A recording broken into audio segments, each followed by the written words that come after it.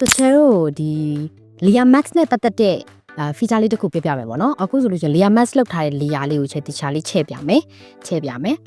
နဲအရိတ်ကလေးကို Lia Max လေးနဲ့တက်ပြီးတော့လောက်ထားတာပေါ့နော်အဲ့မှာချဲ့ကဒီကဟာလေးကို